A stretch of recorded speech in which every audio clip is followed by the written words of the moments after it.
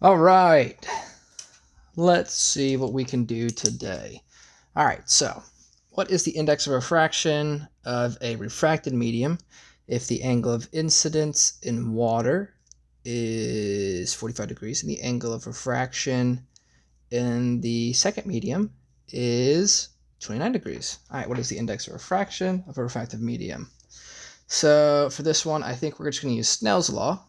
So we'll go n1 sine theta 1 is equal to n2 sine theta 2. Let's plug in our numbers right here. So for water, we know that n1 is equal to 1.33. And we were told the sine is 45. That's equal to n2, which is the sine of 29. Now let's look how I knew how to do that from the question. It was asking us for the index of refraction. So we're looking for an n. All right. If the angle of incidence, so the incoming angle, so the beginning angle is in water. Now, it being in water is important because we know then what our index of refraction is. And then it says the angle of refraction in the second medium is 29 degrees. So n2, the sine of theta 2 is going to equal to 29 degrees. So we can actually solve this now. We'll set it up. N2 is equal to 1.33 times sine 45 divided by the sine 29. And when we finish that, apply it into our calculator like so. First thing we want to do is make sure that our mode, we are in degree mode. We don't want to be in radian. We want to make sure that we're in degree. We're only going to use degrees for this. So to do this, we'll go 1.33 times the sine of 45. We'll hit enter. We'll hit the divide button so we get our answer divided by sine of 29. And we get that our index of refraction is 1.94. Our n2, our answer is equal to 1.94. And that's it. All right, so put a little long-winded on that one. I'll try and keep it faster for each of these questions coming up so that you're not watching a 45-minute solutions video.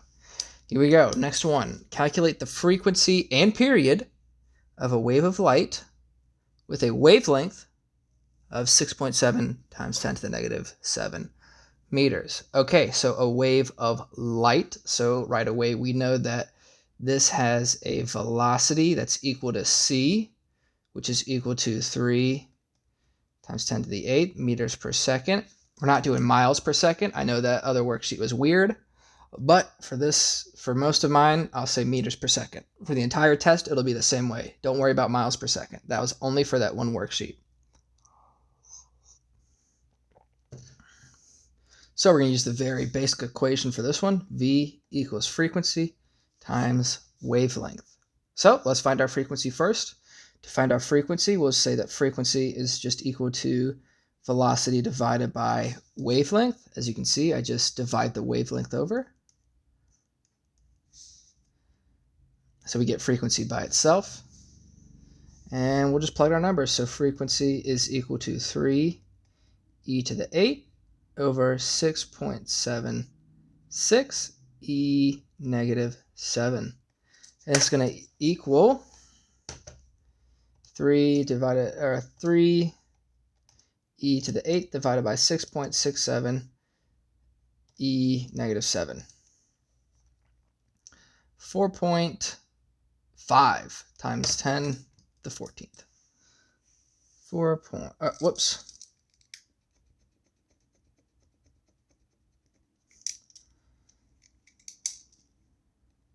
4.5 e 14, and since this is frequency, it is in hertz. And now we're looking for the period. So to find the period, remember the equation for that is just T equals 1 over F. So period is equal to 1 divided by 4.5 e to the 14. So we'll just do this.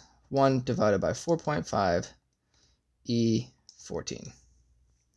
And we get 2.22 e to the negative 15.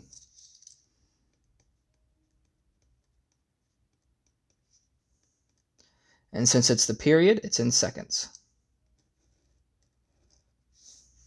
All right, next question. You are playing a banjo at a central office staff party.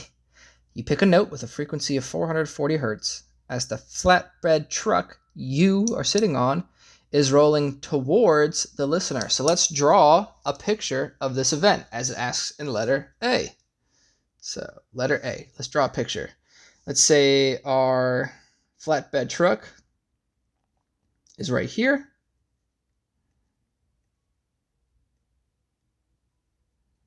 All right, here's our wheel.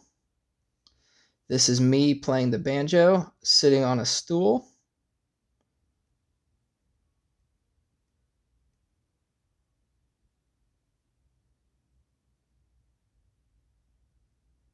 And I'll give myself some musical notes.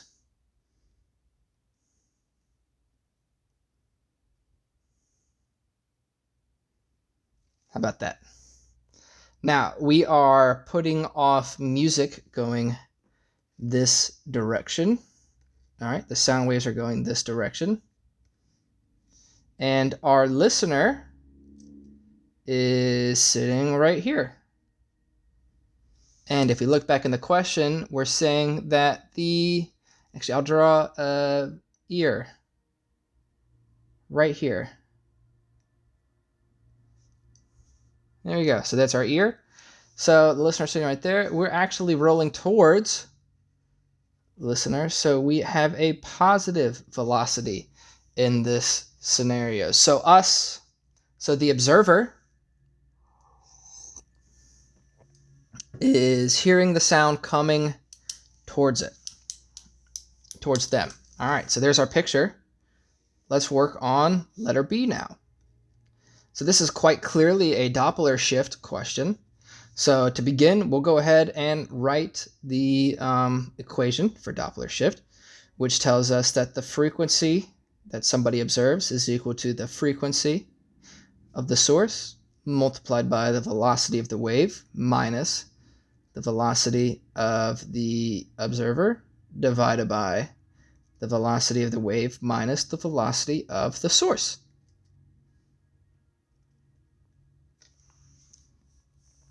All right, what do we know? What do we not know? We know the frequency of the source. So we know that Fs is equal to 440 hertz. All right. We know the velocity of the wave, which is sound. So we know that V is equal to 342 meters per second. We know the velocity of the observer is 0. And we know that the velocity of the source is actually a positive value, and it's a positive 27 meters per second. So we'll go ahead and just plug all this into our equation right here. So we'll say that the frequency that the person observes or the listener observes is equal to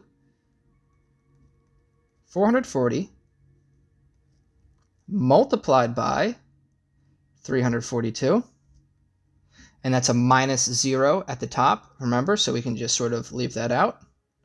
I'll go 342 minus 27. All right, and we are going to get a frequency here. So let's plug this into our calculator. We'll go 342 minus 27, and that gives us 315. Then we'll go 342 divided by 315. And we'll multiply this by 440. And we'll see that the listener hears, or the listener observes, a frequency of 477.7 hertz.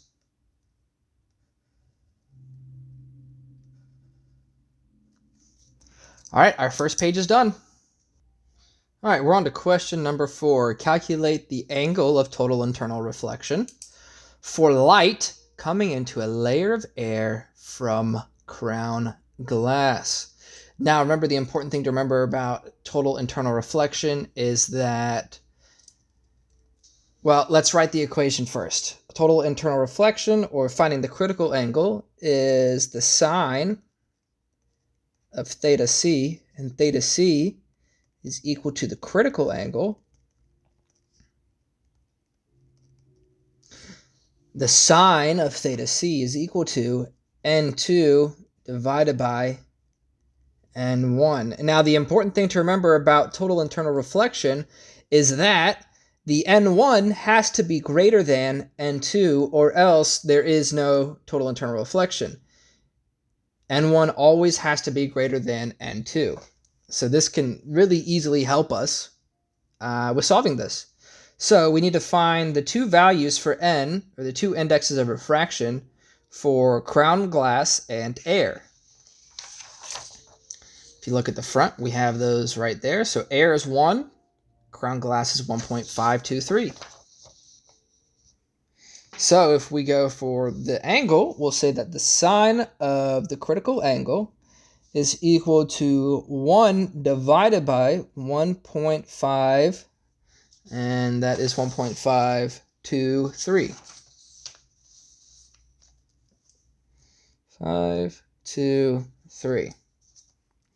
So to get a correct answer for this, we'll just go the critical angle is equal to the inverse sine of 1 divided by 1.523. And that means that we'll get an angle equal to this right here. So 1 divided by 1.523. Go second, inverse sine. I'll pick my answer right there. To do that on these calculators, you just press second right there. And you press this button right here, the negative sign. It'll actually give you the answer of the previous question you put in there. And we get our answer right there, 41.04 degrees, or we'll just write that. It's 41 degrees right there. That's our critical angle right there. Next up, height, centimeters, time, seconds. So we have a diagram of a wave. That's what we're looking at, is a wave. First thing it's asking us, what is the frequency of the wave? The frequency is how many waves per second. So if it takes 20 seconds for one wave to happen, that's the period. So our frequency is just 1 over the period. So the frequency is 1 divided by 20. Well, let me show you. T equals 1 over F. Okay? Which means that if you multiply the F over, you get frequency times period equal to 1. So to find the frequency, you say frequency is equal to 1 over T. And look right here. If we start here at 0 seconds, the full wave, the full completion of the wave happens at 20 seconds. So if it takes 20 seconds for one wave to happen, that means that's the period. So our frequency is just going to equal 1 over 20. 1 divided by 20 is equal to 0.05. So the frequency of this wave is 0.05 hertz. What is the period of the wave? Well, we already know that. The period is 20 seconds. Remember, the period is how long it takes for one wave to happen. And what is the amplitude of the wave in the diagram?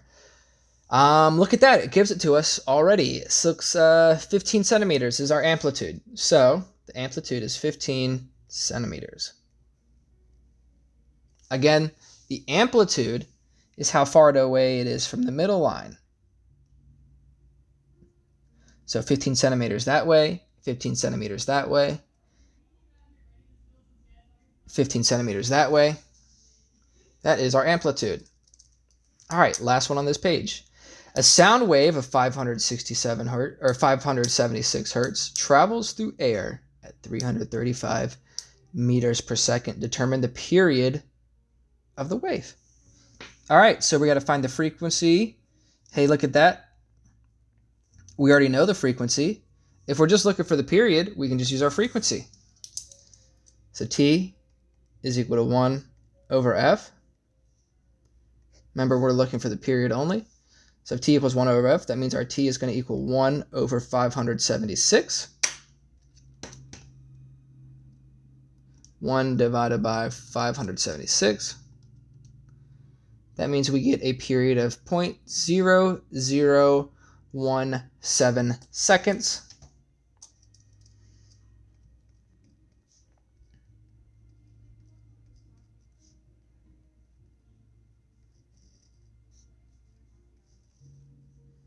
Boom. Done. All right, second page is done.